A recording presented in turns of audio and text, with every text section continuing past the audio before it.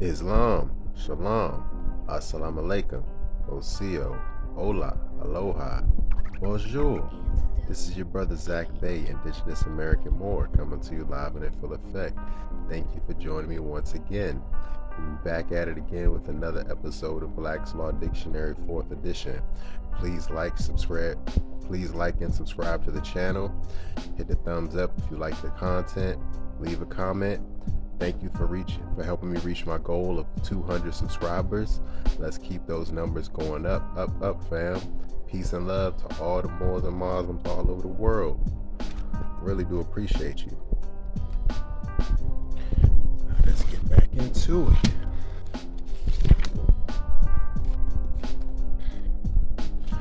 More definitions for your headpiece. Let's start off with foreign jurisdiction. Any jurisdiction foreign to that of the form. Also, the exercise by a state or a nation of jurisdiction beyond its own territory, the right being acquired by treaty or otherwise. It is very important, by treaty. Okay, so foreign jurisdiction. If you don't know, get informed. This government is a foreign corporation, foreign to the land, the de jure land. So that's why I'm placing this here. It's the first one I'm getting into. Foreign jurisdiction. If you're on the natural land in the republic, you are foreign to this corporation, and you should do business and operate as such. Get more information and info on that. I just wanted to go through that definition so help you connect the dots. Fraternal. All right, so when I think of this word, fraternal, more than just family, but it means brotherly. All right, particularly brotherly, like a fraternity. So brotherly, relating or belonging to a fraternity or an association of persons formed for a mutual aid and benefit, but not for profit.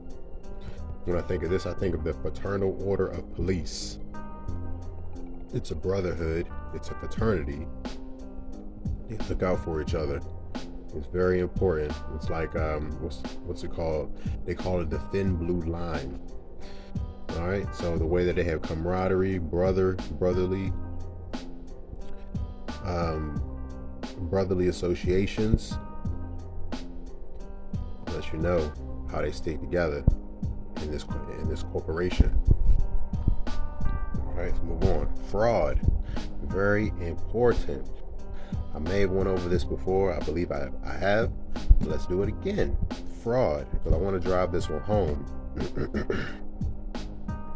An intentional provision of the truth for the purpose of inducing another in reliance upon it to part with some valuable thing belonging to him, or to surrender a legal right.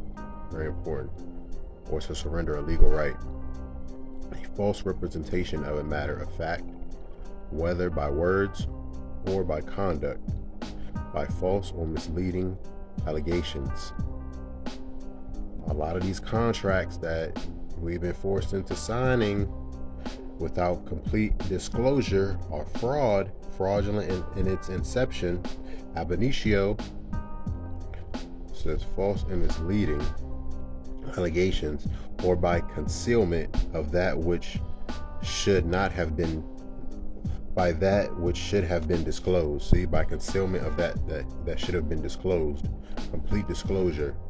That means complete understanding of contracts and the words and the verbiage that's being used, which which deceives and is intended to deceive another, so that he shall act upon it in his own legal injury. All right, so just so you know, there is no statute of limitation on fraud. If you could prove that fraud has been committed against you, there is no statute of limitation for it, which means you can always go after the culprits. It's very important. All right, so on that note, let's continue. Fraudulent, based on fraud. License plate, license driver's license in general, marriage license. All these licenses are based upon fraud because you only need a license to do something that is otherwise illegal. But if you're operating in your inalienable God-given rights, you don't need permission. Okay, so based on fraud, proceeding from or characterized by fraud, tainted by fraud, done, made, or an effort with a purpose or design to carry out a fraud. For false or fraudulent claims, see those titles. All right, so there is no statute of limitation on fraud, which means you can always go after the culprit, whoever has done fraud upon you. All right, so free. I may have gone over free before, but we're going to do it again. Free, not subject to legal constraints of another. Unconstrained, having the power to follow the dictates of his own will, not subject to the dominion of another, not compelled to involuntary servitude, used in this sense as opposed to slave, not bound to service for a fixed term of years, in distinction to being bound as an apprentice or a serf or an indentured servant. Right? So those are all the opposite of being free. Pretty much you can dictate your own will. Is that you? Are you living that? Are you able to? Free and clear. Okay, so this is when it pertains to titles. You may have heard this when it comes to titles, like titles for land, like homes, automobiles. So it's the title, it's free and clear. The title to property is said to be free and clear when it is not encumbered by liens. All right, so there's no lien against it, and there isn't anybody trying to subtract money from it. But it is said that an agreement to convey land free and clear is satisfied by conveyance passing a good title. All right, so it has to be free and clear in order for things to be passed. It can't have any kind of encumbrances, any kind of liens, any kind of prior encumbrances upon said land. I mean, somebody trying to come after it and get paid for like a debt. Okay, so free law, the term formerly used in England to designate the freedom of civil rights enjoyed by free men. All right, so pay attention to this next part. It was liable to forfeiture on the conviction of treason or an infamous crime. All right, so this is exactly what's going on here in the United States of America Corporation. You're supposed to be free, but if you're convicted of a crime, you forfeit said freedom and you become a slave. That means if they give you that felony on said records for the straw man, therefore they pretty much, let's say you're like an enemy of the state, you're a slave now. You're no longer able to operate in your own free and sovereign capacity. You're a ward. So let's continue to move on here. Free white persons. Now this is getting a lot of attention lately from Candace Owens and Kanye West wearing these shirts. Now let's take a closer look at exactly what this means. Free white persons. A free white person refers to in Nationalization Act as amended. All right, so it was amended, so it had a different meaning before July 14th, 1870. It has meaning naturally given to it when first used in first statute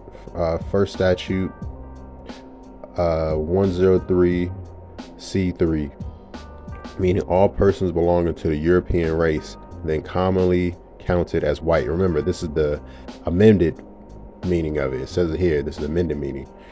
European races commonly counted as white, and their descendants, including such descendants in other countries that to which they have immigrated with an E, not I, immigrated. Okay, it includes all European Jews, so Jewish, Khazarian Jews. Okay, more or less intermixed with peoples of Celtic, Scandinavian, pay attention to these names, Scandinavian, Tunic, Iberian, Latin, Greek, and Slavic descent. It includes Magyars, Laps, and Finns, and Basques, and Albanians. It includes the mixed Latin, Celtic, Iberian, the Moorish, the Moorish inhabitants of Spain and Portugal. What was the name of these places before they were called that? And mixed Greek, Latin, Phoenicians, and North African inhabitants of Sicily, also Moors. The Moors ruled Sicily. And the mixed Slav and Tartar inhabitants of South Russia. See, even Russians are Moors. Even Russians are Moors. It does not mean Caucasian race. It does not mean Caucasian race, Aryan race, or Indo-European races, nor mixed Indo-European, Dravidian, Semitic, and Mongolian peoples who inhabit Persia. A Syrian of Asiatic birth and descent will not be entitled to become a naturalized citizen of the United States as being a free white person. Peep all the gems. Many gems up in here. Many people named. Who are the free white persons, fam? Check this out. Free woman of color. I want to check this out. Very interesting how they want to make these new labels, the POC, people of color, and all this stuff. Same thing as a colored person of color, people of color. You're colored. Coloreds here, whites here. Remember those signs? Whites only, coloreds only. Free woman of color, what is that? Term up to the time of the Civil War applied to all persons not of the white race, including Indians. Look at that. And who are the Indians now? What were Indians called before Indians? Moors. Then the Indians were changed into Negroes, blacks, or whites, depending on the complexion. Freedman. It's the last definition we're getting into today. But I hope these gears are turning in your minds and making sense and you connecting the dots, fam. Freedmen. In Roman law, one who is set free from the state of bondage, an emancipated slave. The word is used in the same sense in the United States, representing Negroes who were formerly slaves. See, everybody knows Negroes used to be Indians. Indians used to be called Moors. They just constantly changing the names of these groups and these people, our people, over time immemorial to hide the truth. All right, so I hope this stuff is making sense to you.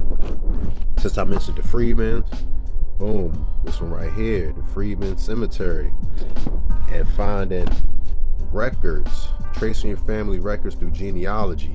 You need all of these tools in order for us to have a complete picture of the past that has been screwed and distorted by lies and falsehoods intentionally. Thank you once again. This is your brother Tarik Bey, Indigenous American Moor. Peace and love to all the Muslims all over the world. I'm out.